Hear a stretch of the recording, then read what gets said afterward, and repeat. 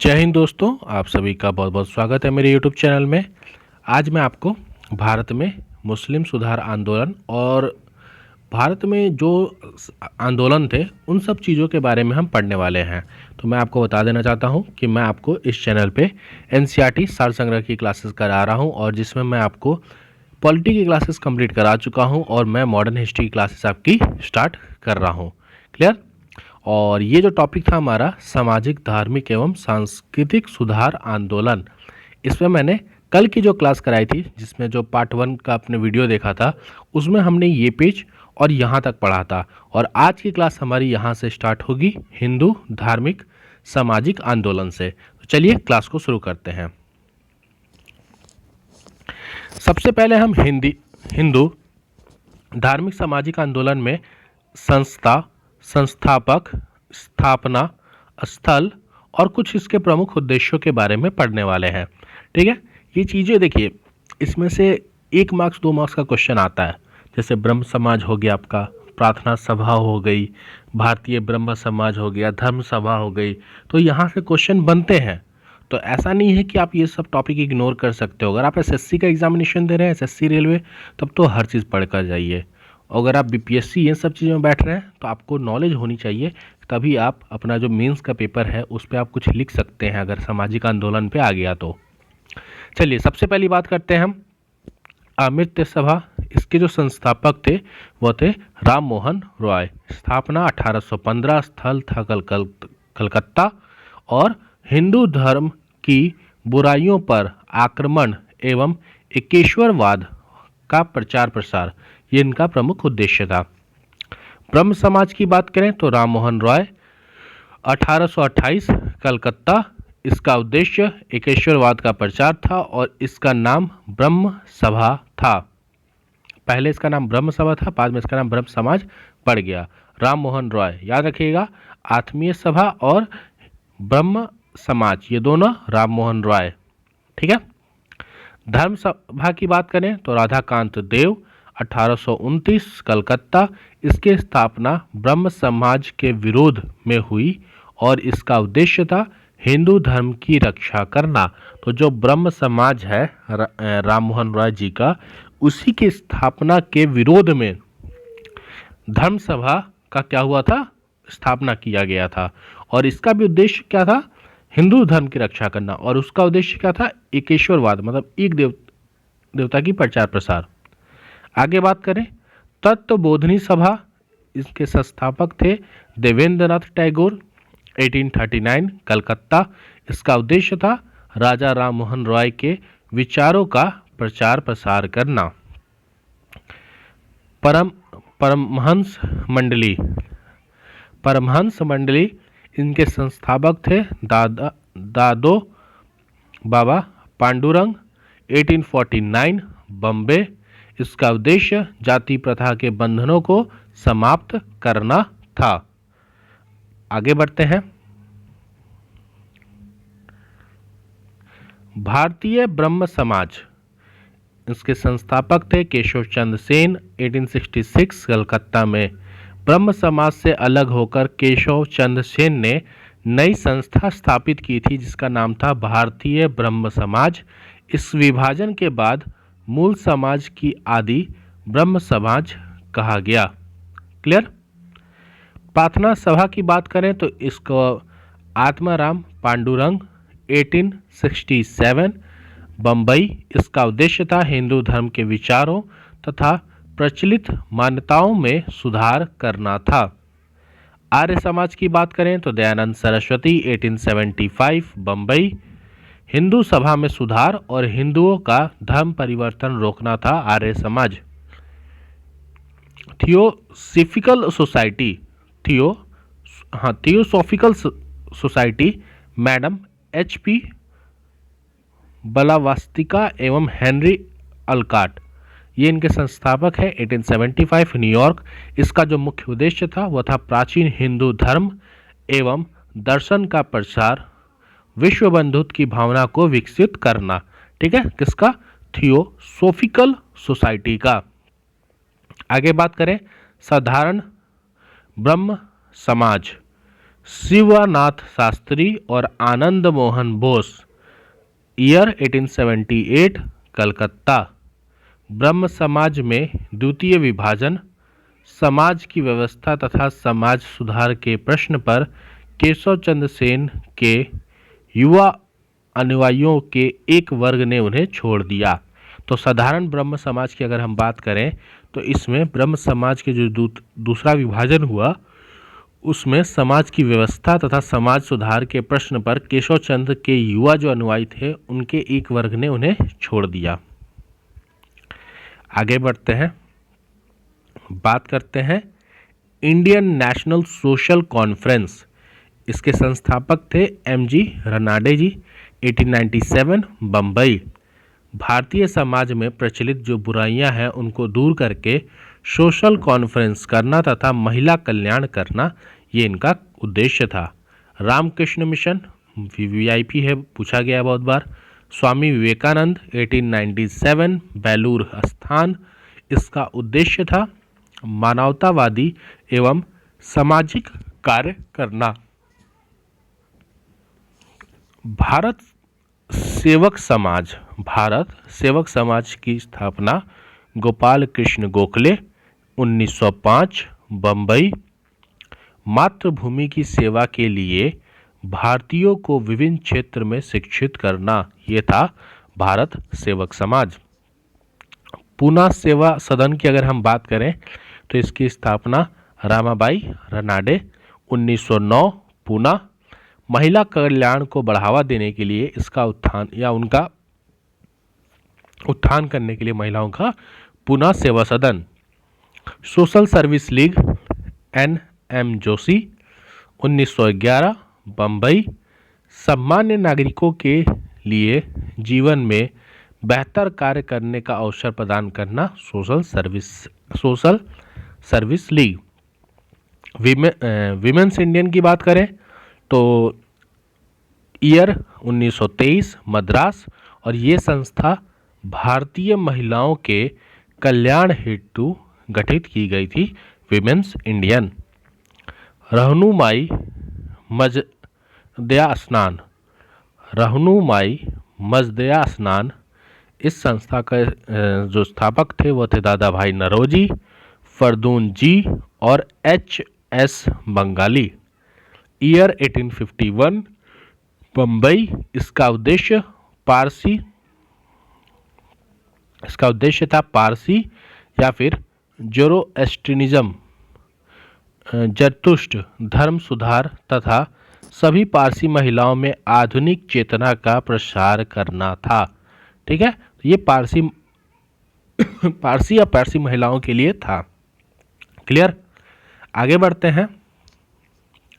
महाराजा खेतंडी के सुझाव पर नरेंद्र नाथ दत्त का नाम परिवर्तित कर स्वामी विवेकानंद रखा गया था। याद रखिएगा, नरेंद्र नाथ दत्त, स्वामी विवेकानंद का नाम क्या था? नरेंद्र नाथ दत्त। और किसके सुझाव पर यह नाम स्वामी विवेकानंद पड़ा?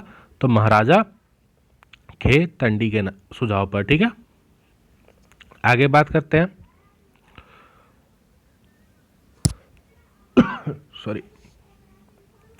सिख धर्म के सुधार के लिए नामदारी आंदोलन किसके द्वारा चलाया गया था? गुरु राम सिंह कुका जी के द्वारा नामदारी आंदोलन चलाया गया था, और यह आंदोलन सिख धर्म में सुधार के लिए था। महाराष्ट्र के किस सुधारक को लोक हितवादी की संज्ञा दी गई थी? तो गोपाल हरि देशमुख लोक हितवादी। वर्ष 1910 इलाहाबाद में भारत स्त्री महामंडल की स्थापना किसके द्वारा की गई थी? तो स्त्री महामंडल की स्थापना सरला देवी चौधरानी जी के द्वारा भारत स्त्री महामंडल की स्थापना इलाहाबाद में 1910 में की गई थी, जिसको प्रयागराज भी कहा जाता है। आज के टाइम में तो प्रयागराज कहते हैं। महिलाओं के उत्थान के लिए आर्य महिला समाज की स्थापना किसके द्वारा की गई? तो पंडित रामाबाई सरस्वती। आर्य महिला समाज की स्थापना पंडित रामाबाई सरस्वती। हाली पद्धति किससे संबंधित थी? तो बंधुआ मजदूरों से हाली पद्धति संबंधित थी। बहुजन समाज के संस्थापक कौन थे? बहुजन समाज के संस्थापक मुकुंदराव पाटिल जी थे। मुकुंदराव पाटिल। आगे बढ़ते हैं। पश्चिम भारत के प्रमुख समाज सुधारक D.K. कर्वे ने किस क्षेत्र में महत्वपूर्ण योगदान दिया? तो D.K. कर्वे जी ने महिला शिक्षा एवं विधवा पुनर्विवाह के क्षेत्रों में महत्वपूर्ण योगदान दिया था।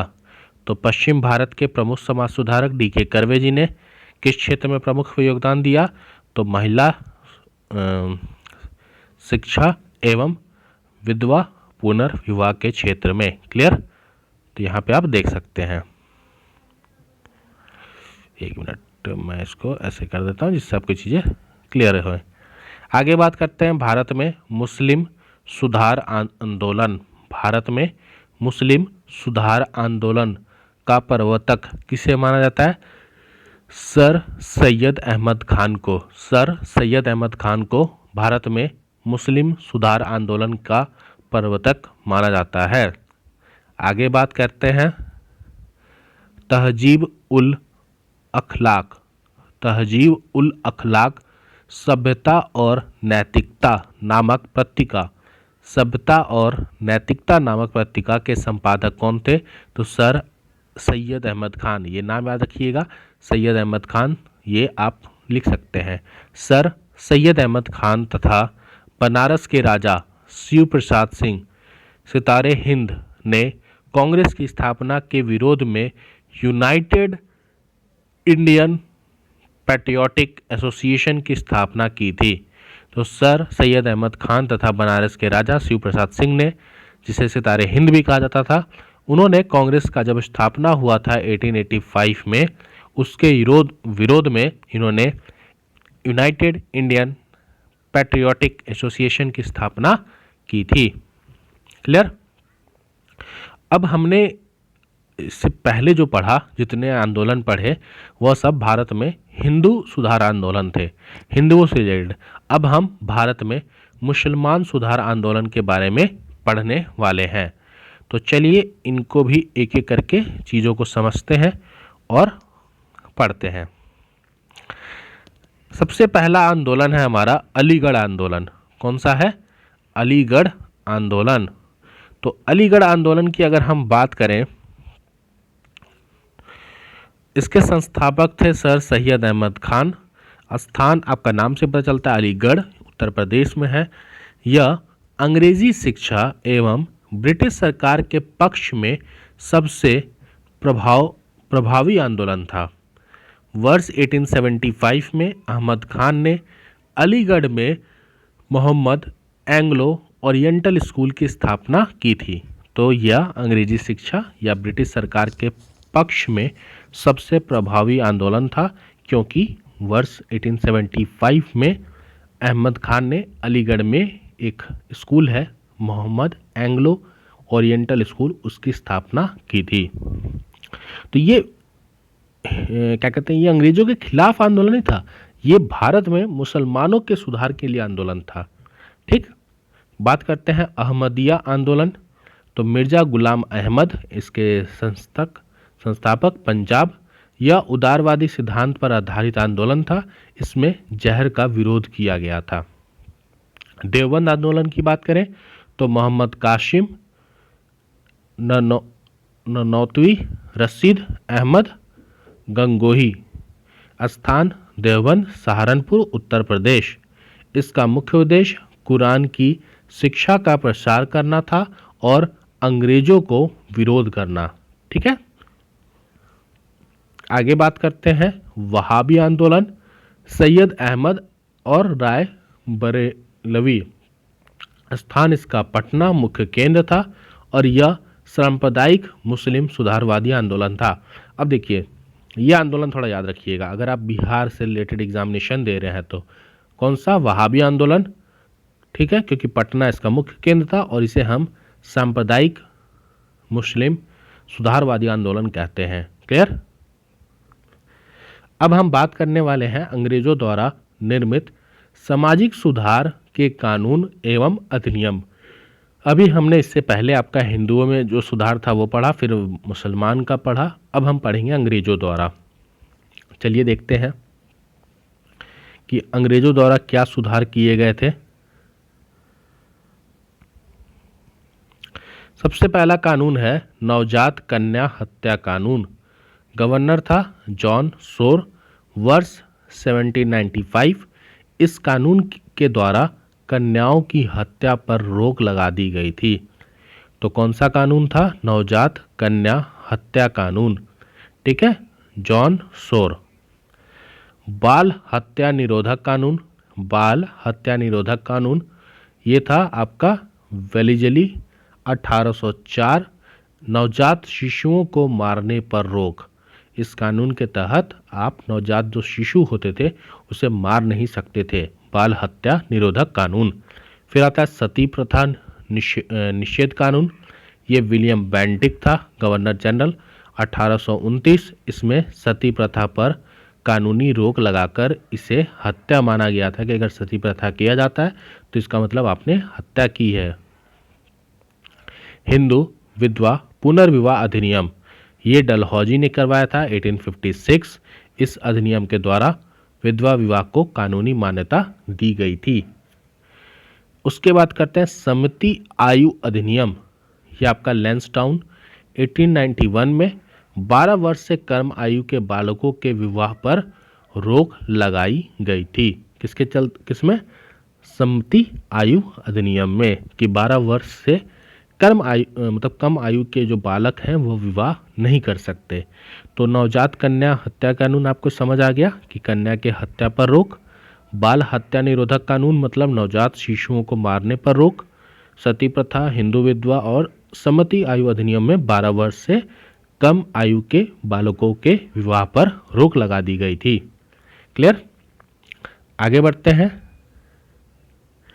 Sharda act. Sharda act Irwin के समय में 1929। शारदा एक्ट के द्वारा बालकों एवं बालिकाओं के लिए विवाह की जो न्यूनतम आयु थी वह 18 तथा 14 वर्ष रखी गई थी। तो शारदा एक्ट जो 1929 में आया था, इसमें बालकों के लिए 18 वर्ष और बालिकाओं के लिए 14 वर्ष रखा गया था। हिंदू महिला संपत्ति अधिनियम, ये आपका ऑकलैंड 1937। इसमें हिंदू महिलाओं को संपत्ति का अधिकार प्रदान किया गया था। और आखिरी है आपका दास प्रथा प्रतिबंध। ये एलन बोरो ने 1943 में कानून लाया था, दास प्रथा प्रतिबंध। इसमें 1833 के चार्टर अधिनियम द्वारा जो दास प्रथा प्रतिबंध कर दिया गया। ठीक है, तो 1833 के चार्टर अधिनियम द्वारा दास प्रथा को प्रतिबंध कर दिया गया, दास प्रथा प्रतिबंध के द्वारा। ठीक है, 1943 एलन बोरो के द्वारा।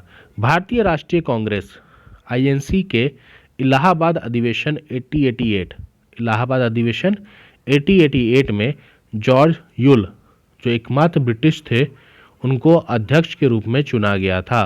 तो भारतीय राष्ट्रीय कांग्रेस के इलाहाबाद का जो अधिवेशन हुआ था 1888 में, उसमें जॉर्ज यूले जो एकमात्र ब्रिटिश थे उनको अध्यक्ष के रूप में चुना गया था। तो हमने अपनी आज की क्लास में अंग्रेजों के द्वारा जो सामाजिक सुधार के कानून थे वो पढ़े। भारत में मुसलमानों का सुधार अधिनियम पढ़ा। भारत में हमने हिंदुओं के सुधार अधिनियम भी पढ़े। तो धार्मिक सामाजिक सभी आंदोलन को आज हमने अपनी क्लास में देख लिया। ये आपका पार्ट 2 था।